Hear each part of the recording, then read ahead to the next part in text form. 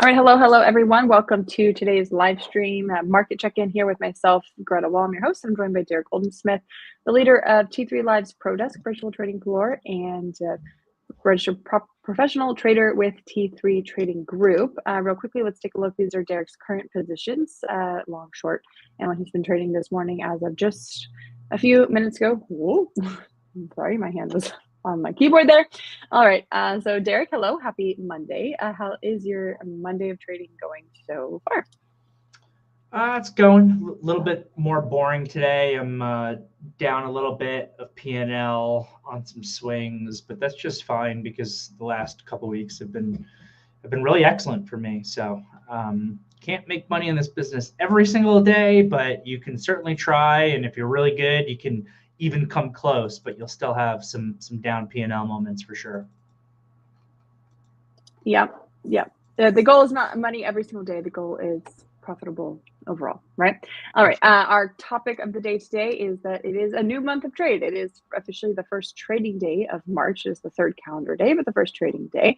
So I just want to first start off, give me kind of a review of your February month of trade and how you're feeling about it going into March. Anything you might be changing with March, with how the environment has kind of shifted over the past few weeks. Sure. So review of February, I guess we should throw up the screen share here real quick. I can pull up the market.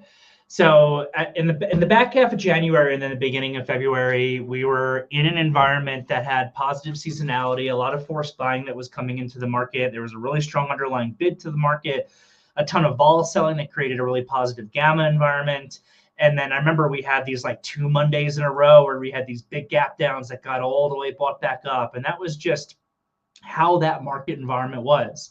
When you get into the second half of February, especially once you get to around OPEX, the seasonality really changes. Historically, there's money outflows.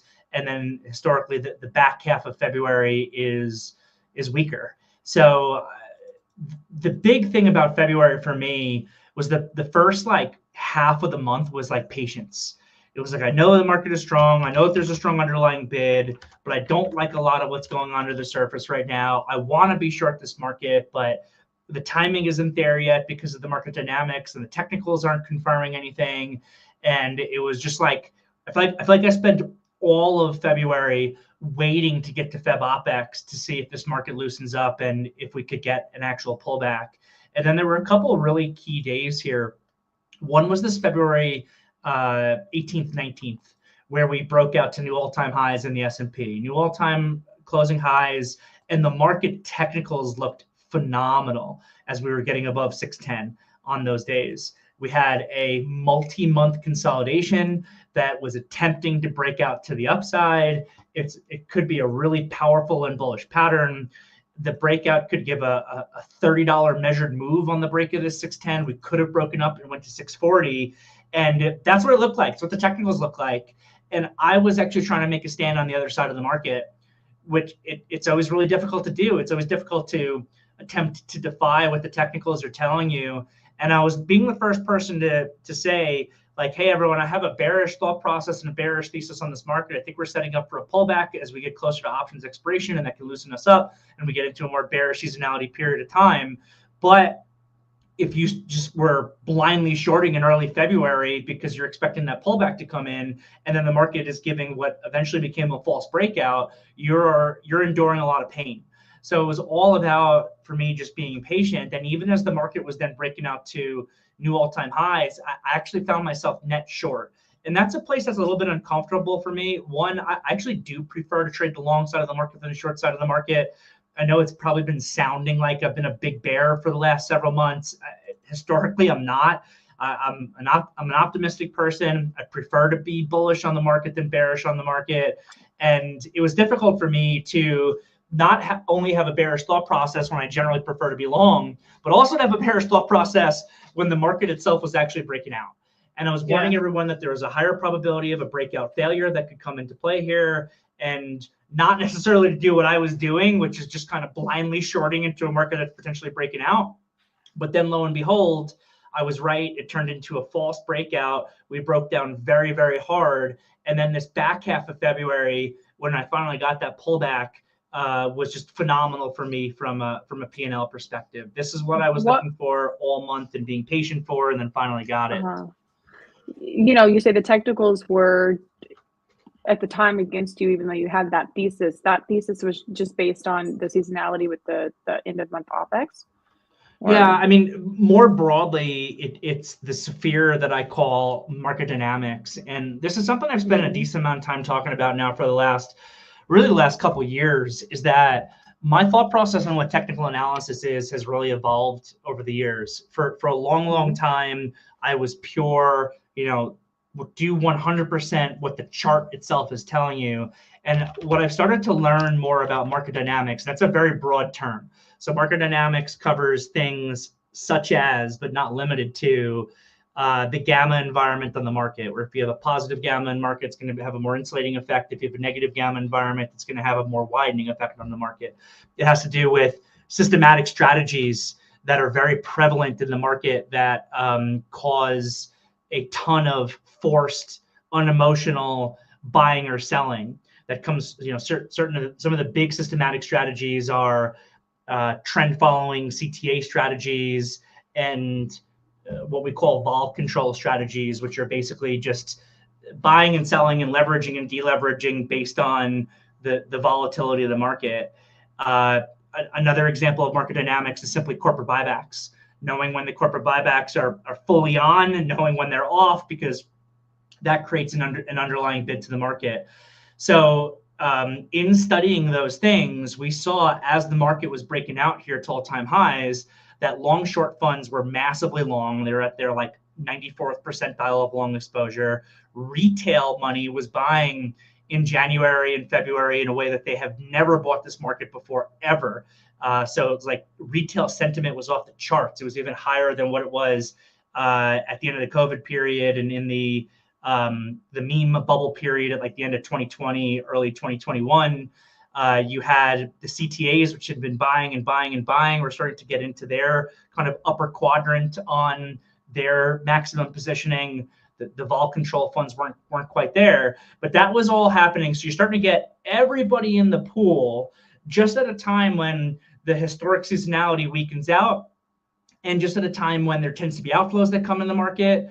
And at the same time, the VIX complex was becoming heavily also negative gamma, which meant that if there was a boost in volatility, it would very, very quickly feed on itself. So if the VIX began to go up, it would actually force and create even more buying to the upside. And the VIX most of the time has an inverse correlation to the market. So it's like if you get a VIX spike, then the market's going to get really hit. But we finally, the final piece of information was you needed to get to that OPEX period to roll off the positive SPX gamma that was creating a strong underlying bid to the market. So it is not a coincidence that on February 21st, which was OPEX, the Friday of February OPEX, that we began this big sell-off. It's what we had been looking for. And I'll tell you, from a macro economics perspective, whatever reason you want to try to assign on this, whether it's tariffs or growth scare or NVIDIA, which hadn't even reported yet, whatever you want to try to assign from a story perspective on this, really nothing had changed from the macro news perspective on the 21st that wasn't there on the 19th. The thing that changed was OPEX created a change in market dynamics that actually allowed the selling to come in right again as you get into this more bearish seasonality period where money tends to flow out of the market. So what is technical analysis? Technical analysis is the study of supply and demand as represented through the charts.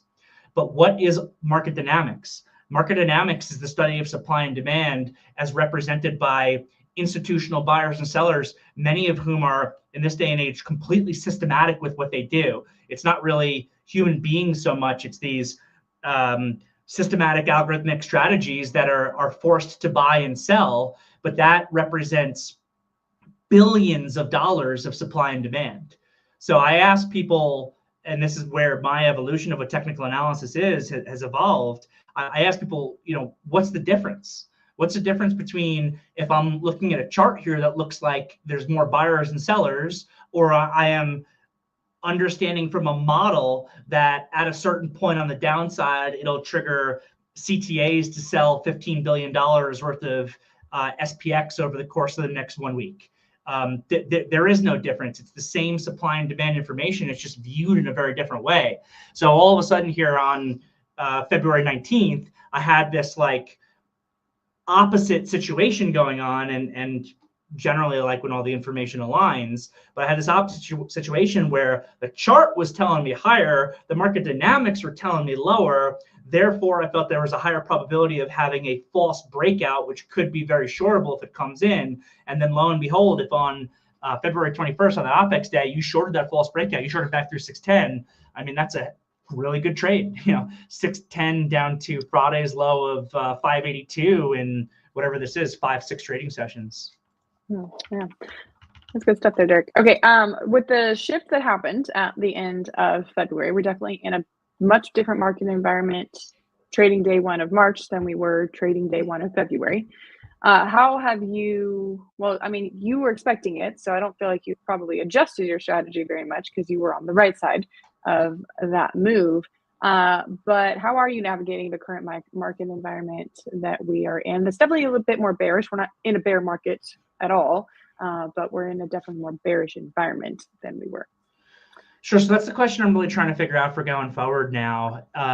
So on Friday, I really finally liquidated my shorts and flipped long, even in Palantir. I know I'm back short Palantir right now, and everyone knows I've been short and battling Palantir for quite some time. But on Friday, I actually I was completely out of my Palantir short, and I actually went long Palantir into that $80 area for a move back to 85 as a day trade. It was a really good day trade. And then this morning into the gap up, I started to nibble again a little bit on the short side in Palantir.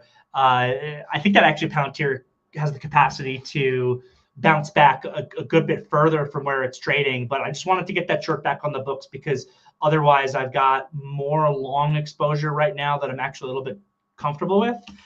So one of the ways in which I like where, what my team and I talk about is, of course, measure trend, but measure trend with the context of extension. Because you could have a downtrending market, and broadly, if you have a downtrending market, what does it mean? You want to be short, not long, but that's not 100% true. I want to be short in a downtrending market for the most part, but if we reach a certain degree of downside extension, the market works a little bit like a rubber band. And if you stretch that rubber band in one direction so hard, even if it's going to continue lower over time, you get the snapback. And where we try, or how we try to measure where you're at that maximum stretch of the rubber band that can give you the snapback is through extension analysis. So we're measuring trend, we're measuring extension. Sure, the market weakened out, my thought process got a lot bearish, but we just went from SPY 613 to SPY 582 over the course of 5 trading sessions or so. We were at lows on Friday, we were trading $13 or so extended from the ADMA on the daily, and it is significantly worse in the Qs. The Qs were significantly stretched down here. So we hit the point on Friday where I was like, all right, I might have a bearish thought process and a bearish thesis for like the short to medium term right now, but we just stretched this rubber band so far, so quickly that we should be booking profit on those shorts and looking long for the bounce back trade. So that's kind of where we are now, and now that we've caught the bounce back trade.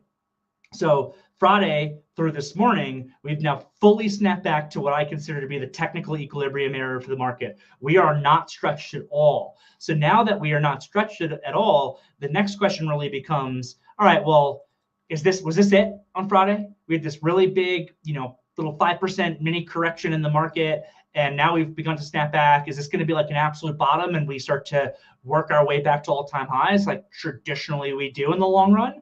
Or is this just the bounce back to equilibrium that creates the lower high that then breaks us down a little bit further? And that's the question that I'm asking myself today. That's the question I'm asking myself this morning when I'm trying to figure out how I want to position myself going forward after a really, really profitable 6 days of trading, first on the short side, and then on a couple instances over the course of the last week for those snapback trades. And the truth of the matter is, I don't want to lie. I wish I could give a a rah, like I have so much conviction in the next leg of this market either being up or down. I actually have kind of a little bit of a mixed view right now, and I'm waiting for a little bit more evidence. If as my partner and friend Josh Leffer likes to say, if you're going to put the bagel to my head and I have to make a decision, I'm going to say the bearish side, not the bullish side. I would rather be short here on this snapback to this equilibrium zone for the first test than be long. But we have to see what happens. There's just a lot of moving parts going on now as we enter into the beginning of March. And a lot of that's coming from the macro. We have the potential of tariffs that are about to hit tomorrow. We have the crypto announcement that happened over the weekend from the Trump administration, which is something that I am following extremely closely, just with how Bitcoin. I want to ask you about that. Because I think that this is actually a clue right now, believe it or not, to the entire market. Okay. Even though it's crypto, which is different than stocks, I think it's a clue right now to the risk-taking thought process of the entire market, because the crypto world just got, and it's not, we have to see what the tweet over the weekend from Trump actually turns into when it comes to policy. So there's still a little bit of uncertainty on exactly what he's going to do. But for the most part, if you're a crypto enthusiast, you got what you want. The US government said, hey, we're coming in, we're bullish on crypto, we want to own this stuff for our sovereign wealth fund. And if after that announcement, if Bitcoin can't close well today, or God forbid it somehow closes negative, still up, IBIT's up 7.5% right now, but MSTR traded almost to flat. Now it's bounced a little bit. Robinhood, which has some crypto exposure, is only up 1% at this point. It was negative at one point at today. If you get, and one of my favorite signals in all of trading is when really good news comes out and the market can't react positively to it, or really bad news comes out and the market doesn't react negatively to it. It's such a huge signal for the risk appetite of the environment to potentially go the other way. When you're on like a bear market and you finally hit the point of the bear market where that next piece of bad news doesn't push you down any further, you're at or you're near the end of the bear market. And the opposite's true also. You give me this news in crypto over the weekend, and you're telling me you can't get Bitcoin back to $100,000. You can't get this MSTR to recapture this $300 level that it broke down from. To me, that becomes a signal that crypto is completely shot. But I think that there's also a read-through on that if it were to happen. And let's see where we close on it today. So far, not so good, because they've really sold the gap up in it. But I think that there's a read-through to that on the risk-taking thought process of this market overall. When we think about some of these really high PE growth stocks that went absolutely insane recently, like when you look at a HIMSS going from $30 to $73 on a crazy squeeze, or you look at Palantir that I spent a lot of time looking at, squeezing up to $125 and having just an insane PE multiple. I think that if they can't rally Bitcoin back, then these names are not going to be able to see any real risk appetite that could bring them back to those highs either. That becomes a signal to read through for the entirety of the market when it comes to risk taking, and we could see continued weakness. The flip side, if I could just throw it out there, is if the market can begin to stabilize here in the beginning of March, like volatility feeds on itself and trends feed on themselves. So if you get continuation of this downtrend, you want it to happen quickly and you want it to happen consistently, because as soon as the market begins to spend a significant amount of time going sideways, and I mean, if you give me like a week of sideways price action here, what ends up happening, back to this market dynamic thing, is volatility gets sold and sold and sold and sold, and then you have a new underlying bid in the market.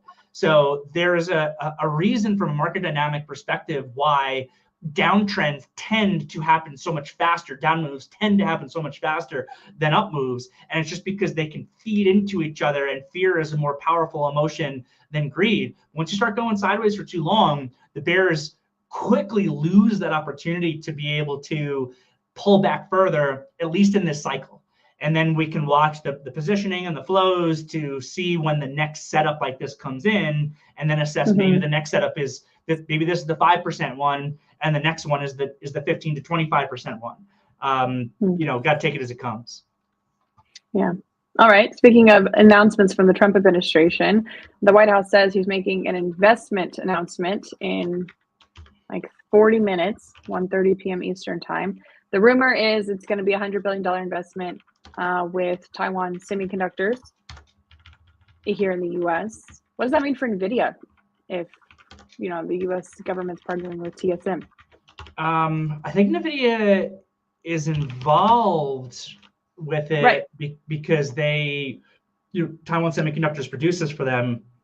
I mean, right. They're very related. So the bottom line is onshoring makes things more expensive.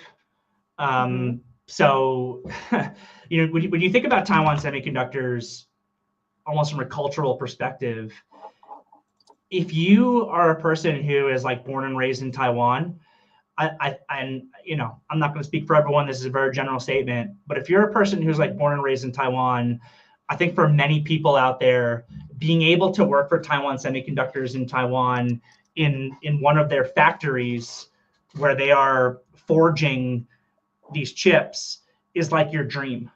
Like, that's what you want. You want nothing more than to be working 10 plus hours a day, 10 to 12 hours a day, building chips for the most important company that your home has ever produced.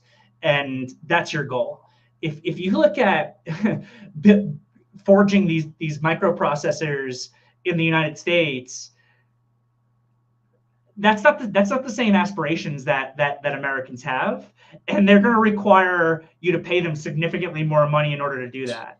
So the bottom line is that reshoring just makes things more expensive, and there are certainly other arguments that one could make that are outside the realm of economics and markets, and I'm not going to make those arguments in one way or another. You could say, for national security purposes, it's really important that we have these types of things being produced in the United States. And, I'm not here to make that argument in one way or the other. I'm here to strictly talk about the economics of it. But, if you're NVIDIA, or you're a company that is buying these chips from NVIDIA that Taiwan Semiconductors actually makes, do you want to be buying it that's based in the United States for a significantly higher price, or do you want to be buying it when it's based in Taiwan? So I don't know that news is actually good for basically anybody, except maybe there's a read through to Intel somewhere on that, which the chip makers beyond me.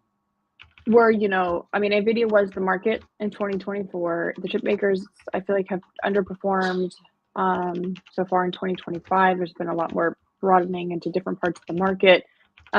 Do you feel like the reaction to this announcement will give you a similar type of read through as the Bitcoin reaction to the Bitcoin announcement? No, not necessarily. I honestly think it's more noise than anything else. I don't read this as inherently bullish or bearish, where I want to be reading the reaction to say like, oh, this is really good news for Taiwan Semiconductors or NVIDIA or whoever, and therefore if they sell it down, that means that there's a big problem. That's just not. I don't have a read through on it. All right. We're getting some important economic data this week and next week. We get the jobs report at the end of this week. We'll start getting some, I think JOLTS is tomorrow, private jobs on Wednesday, official jobs report on Friday. So it's like a jobs week, very important for the Fed and interest rates. Then next week, it's the CPI, which the Fed says they paid more attention to PCE, but CPI, of course, is a market moving number. I feel like, inflation numbers have become kind of meh for the market. And then now they're back in focus because things aren't going quite to plan for the Fed. Jobs numbers, of course, have been really in focus for the market for the past few months, with the Fed's kind of shift to the labor market focus. What are some of your market expectations for this Friday's number, next week's number, I think the next Fed meeting is in 2 weeks, March 13th or 13th, 14th, 12th, March 12th, I think is the announcement. Wednesday, so. The 12th. Yep. Yeah, I think. All right. So we're 2 weeks away from a Fed meeting. We're going to get two big numbers heading into that Fed meeting. So how much do these matter? Yeah. So the thing about the inflation numbers right now is that they're certainly important, and particularly CPI is moving compared to the PCE, which we just had, which came very in line. But yeah, we saw that last hot CPI not pull the market down, and there's a number of reasons for it. I think some of that was market dynamics, where we were in a time where there was just a strong underlying bid, no matter what the news was when that last CPI came out. But also, one of my astute traders on the team said, well, we're already at a spot here where the market is basically pricing in 0 cuts from the Fed. So can it get any worse than that? Like, I mean, I guess if the CPI comes in super, super, super hot, that hikes could be back on the table, but I think that's very unlikely. So I think what might be likely is lighter numbers that give the Fed room to then cut more, and that can be good for the market, right? So that's good. Exactly. You're kind of getting exactly to my point here, where there are some things I was very worried about inflation kind of respiking because tariffs are inflationary, and some of the things that are going on right now are inherently inflationary in nature. The question and the read through right now is, do we get a growth slowdown in the economy? And they actually could act as counteracting forces, where if we begin to get a growth slowdown in the economy, and there's more and more smart sell-side analysts who are talking about this, some of the ones that I respect, not the ones that I don't respect, talking about the potential of a growth scare coming from these policies that actually could counterbalance the inflation. So you may almost want to see these inflation numbers coming in a little bit hot. It almost could be more of a problem if the inflation numbers are coming down, because it's more indicative of a growth slowdown than it is that inflation is moving in the right direction. So I think, one of the really, really interesting things about markets that I just love, broadly speaking, is that the narrative always changes. It's never as simple as interest rates higher means market down. Sometimes it's interest rates higher means market up. And it's never as simple as inflation down means markets up. That could be the important factor for a quarter, 6 months, a year, 3 years. But one of the awesome things about markets from like an intellectual curiosity perspective that I love is that there's a constant narrative change. So there is a potential that we move into an environment here where, for a long, long time, I've been trading since 2010 with T3. In 2010 through COVID, the CPI number was never really market moving. Sure, it was just another economic number along with the jobs number, and you get some volatility on it, but it was never like, oh my God, what's going to happen on this CPI? And that's because inflation was just so low for so long that if anything, what you wanted to see on some of those reads in that 10-year period was actually a higher inflation number, because people are always concerned about disinflation and the number becoming a little bit too low.